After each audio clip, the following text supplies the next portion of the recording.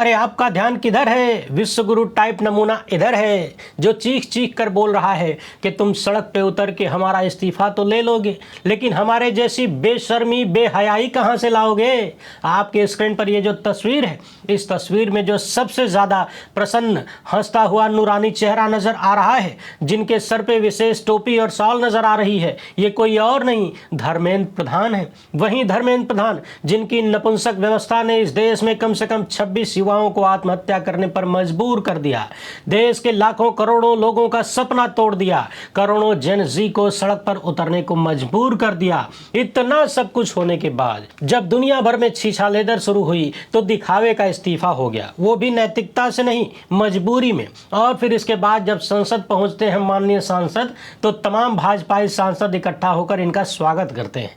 राहुल गांधी लिखते हैं कि इन्हें बीजेपी माला पहना रही है। अब आप सोचिए कि भारत के किसी भी राजनीतिक दल के नेता या भारत की जनता विरोध कर सकती है, सवाल उठा सकती है, कुर्सी छीन सकती है, मगर इतनी बेशर्मी, इतनी बेहयाई जनता कहां से लाएगी? कहां से लाइएगा बताइए? ऐसा लगता है कि महामानव ने निर्लज्जता में भारत को विश्वगुरु बना दिया है। जरा कल्पना करिए कि क्या सोच के भाजपाई सांसद धर्मेंद्र प्रधान को माला पहना रहे हैं और तरह तरह से स्वागत कर रहे होंगे, और क्या सोचकर धर्मेंद्र प्रधान स्वागत करवा रहे होंगे। जिस असफलता के लिए शर्म आनी चाहिए, कई दिनों तक को भवन में बैठ जाना चाहिए, जनता के सामने जाने में शर्म आनी चाहिए, उस असफलता पर धर्मेंद्र प्रधान का स्वागत किया जा रहा है और वो बकायदा दांत चीयर के करवा रहे हैं। वैसे ये तस्वीर आपको अजीब लगनी नहीं चाहिए। अरे ये वही बीजेपी आरएसएस है ना, जो बलात्कारियों और हत्यारों को सुप्रीम कोर्ट से झूठ बोल के रिहा करवा लेती है, उन्हें लड्डू खिलाती है, फूलमाला से स्वागत करते हैं, फिर उनसे बीजेपी का प्रचार भी करवाते हैं। जी हाँ, ये वही बीजेपी आरएसएस के लोग हैं जो लगातार हिंदुत्ववादी गुंडों, दुष्कर्मियों, चोर उचक्कों को जेल से निकलने पर बम्पर स्वागत करते हैं, उनको इनाम देते हैं। तो जो लोग हत्यारों, बलात्कारियों को फूलमाला पहना सकते हैं, वो पेपर लीक वाले मंत्री को फूलमाला पहनाए तो आश्चर्य बिल्कुल नहीं करने का। राहुल गांधी ने लिखा है कि धर्मेंद्र प्रधान भ्रष्टाचार और भारत की बर्बाद एजुकेशन सिस्टम के प्रतीक हैं और हमेशा रहेंगे। उसी सिस्टम ने 26 बच्चों की जान ली है, लाखों युवाओं को सड़कों पर उतरने पर मजबूर किया, इस्तीफा भी नैतिकता से नहीं दिया, युवाओं के आक्रोश से डर के देना पड़ा, और आज उसी व्यक्ति को संसद में बीजेपी माला पहना रही है। यह सम्मान नहीं, लाखों बच्चों के भविष्य की बर्बादी का जश्न है। देश का हर छात्र ये देख रहा है और इसमें शामिल हर चेहरा याद रखेगा। राहुल गांधी कह रहे हैं कि धर्मेंद्र प्रधान ने भारत के एजुकेशन सिस्टम को बर्बाद कर दिया। अब सवाल यह है कि क्या बीजेपी आरएसएस ने, मोदी शाह ने और भागवत ने धर्मेंद्र प्रधान को यही टारगेट दिया था कि जाओ धर्मेंद्र, भारत की पूरी शिक्षा व्यवस्था को तबाह कर दो, बर्बाद कर दो, खूब माल कमाओ, खुद भी खाओ, हमको भी खिलाओ? और क्या धर्मेंद्र प्रधान ने उस मिशन को पूरा कर दिया है, इसीलिए इनका स्वागत हो रहा है? क्या बीजेपी आरएसएस में इन्हें इसीलिए मंत्री बनाया गया कि आपको देश की पूरी शिक्षा व्यवस्था को मिट्टी में मिलाना है? यदि नहीं तो फिर ये स्वागत किस बात का है? क्या भाजपा देश के युवाओं को चिढ़ा रही है और अपने नाकाबिल मंत्री को भरोसा दे रही है? साथ ही साथ बाकी मंत्रियों को भी भरोसा दिया जा रहा है कि हम आपके साथ हैं, आपके कारण 26 युवाओं की जान चली गई तो कोई बात नहीं, हम AK-47 और पैलेट गन चला चला के औरों को मार देंगे, लेकिन धर्मेंद्र प्रधान जरूरी है, हमारे लिए धर्मेंद्र जरूरी है, देश के युवा नहीं। सोचिए, मंत्री की कमजोरी के कारण पेपर लीक हुआ, इन्होंने अपनी जिम्मेदारी नहीं निभाई, आवाज उठाने वाले छात्रों के खिलाफ कितने सारे हथियार इस्तेमाल किए गए, सैकड़ों छात्रों को हिरासत में लिया गया, बहुतों पर मुकदमा किया गया है, बहुत सारे घायल हैं, जबकि वो अपना संवैधानिक अधिकार मांग रहे थे। कानून में लिखा है कि पेपर लीक नहीं होना चाहिए, यानी पेपर लीक होना कानून का उल्लंघन है, यानी छात्र कानून को ही लागू करने की बात कर रहे थे, मंत्री नहीं करवा पाए। कानून की बात करने वाले छात्रों को पीटा गया, कूटा गया, जेल में डाला गया, और गैर कानूनी काम करवाने वाले लोगों को भाजपा इनाम दे रही है, सम्मान दे रही है। अभी सम्मान मिला है, अगले कुछ ही दिनों में इनाम भी मिलेगा, लिख के रख लीजिए। बीजेपी आरएसएस का यही कैरेक्टर है, बहुत जल्द धर्मेंद्र प्रधान को किसी बड़े पद पर बिठाया जाएगा।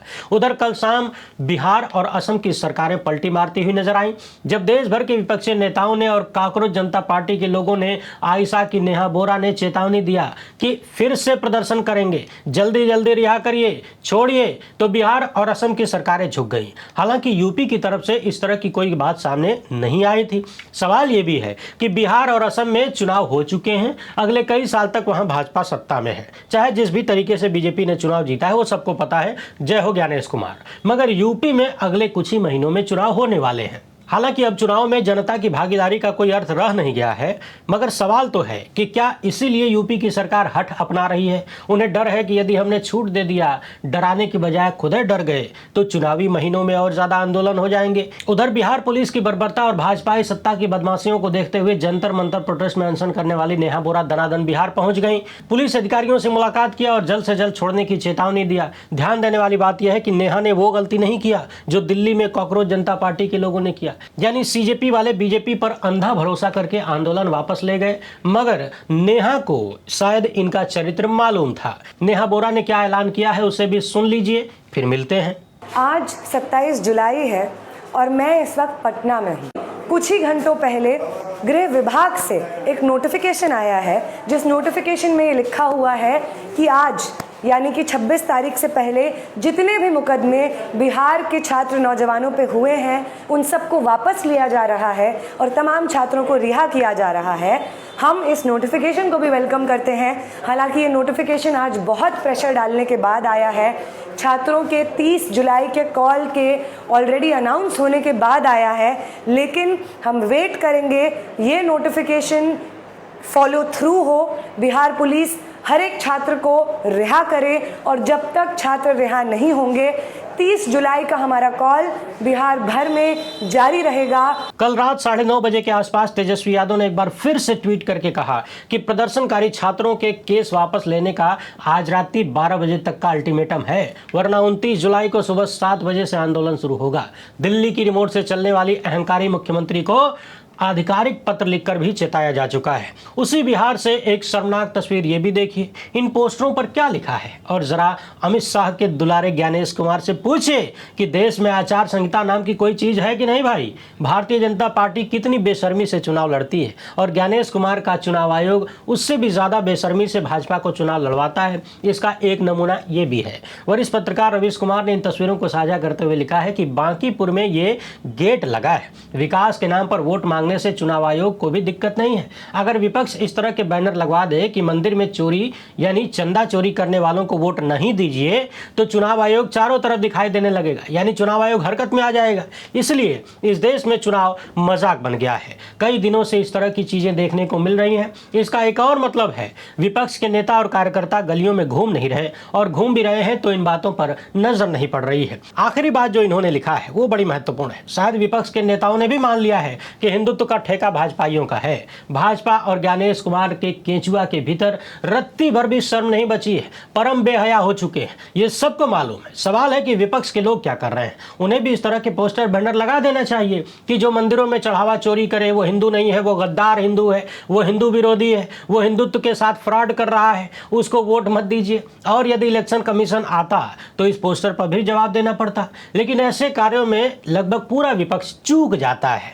भाजपा का चालू पना देखिए, राम के नाम पर वोट मांगते हैं, राम के नाम पर हिंसा करवाते हैं, राम के नाम पर बांटते हैं, लड़ाते हैं, भिड़ाते हैं, फिर राम का मंदिर भी लूट लेते हैं। इसके बाद फिर से उन्हीं राम और उन्हें हिंदुत्व के नाम पर वोट मांगते हैं। अब इतनी मोटी चमड़ी के लोगों को आप मरणासन्न रह के लोकतांत्रिक तरीके से हरा सकते हैं क्या?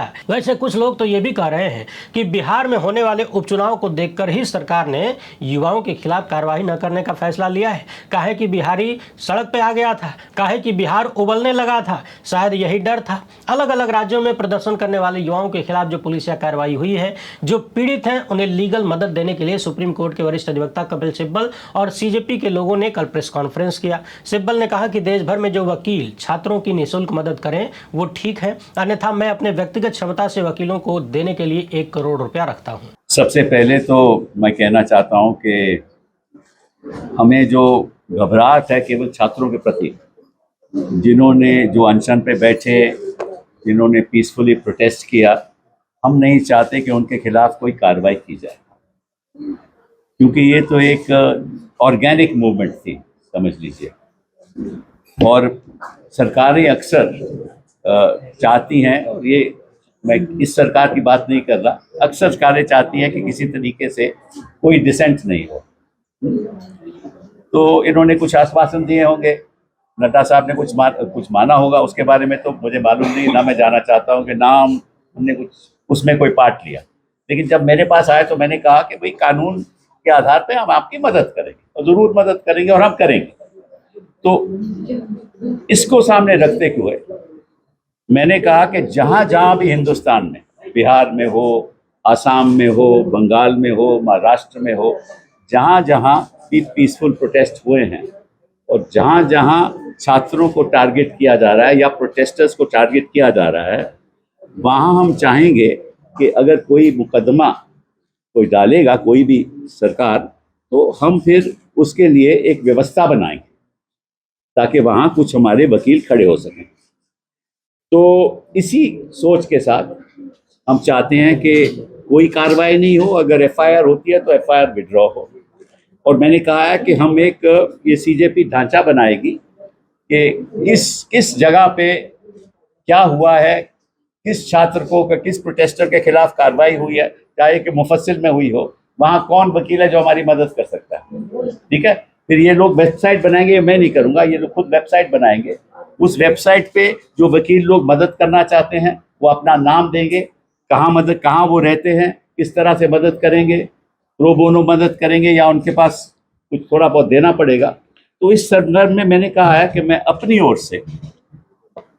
से 1 करोड़ रुपया दूंगा, अपनी ओर से 1 करोड़ रुपया दूंगा, और साथ में ये आग्रह करूंगा हिंदुस्तान के वकीलों को और बाकी लोगों को कि वो भी हमारा इस फंड में पैसा दें, ताकि हम हर जगह जहाँ जहाँ भी कानून का दुरुपयोग होगा, जहाँ जहाँ भी पीसफुल प्रोटेस्ट के खिलाफ गलत मुकदमे करे जाएंगे, तो हम उनके लिए खड़े, हमारे वकील उनके लिए खड़े होंगे सारे हिंदुस्तान में। तो ये शुरुआत हमने की है।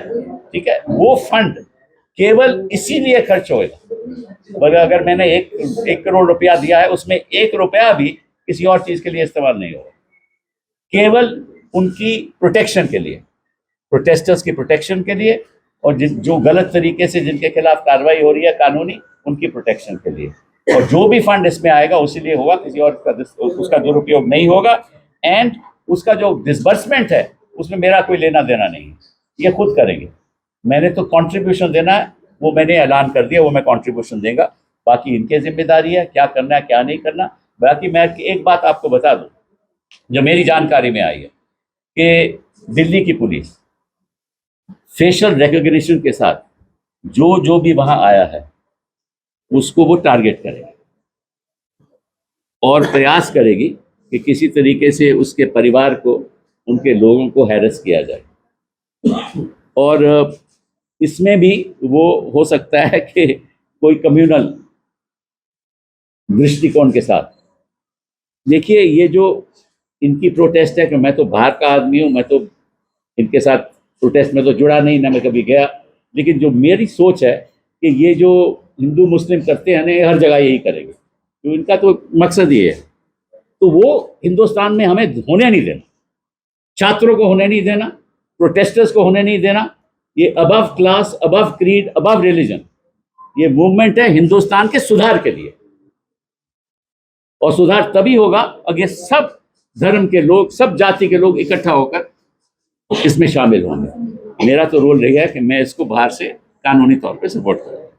बहुत बहुत धन्यवाद।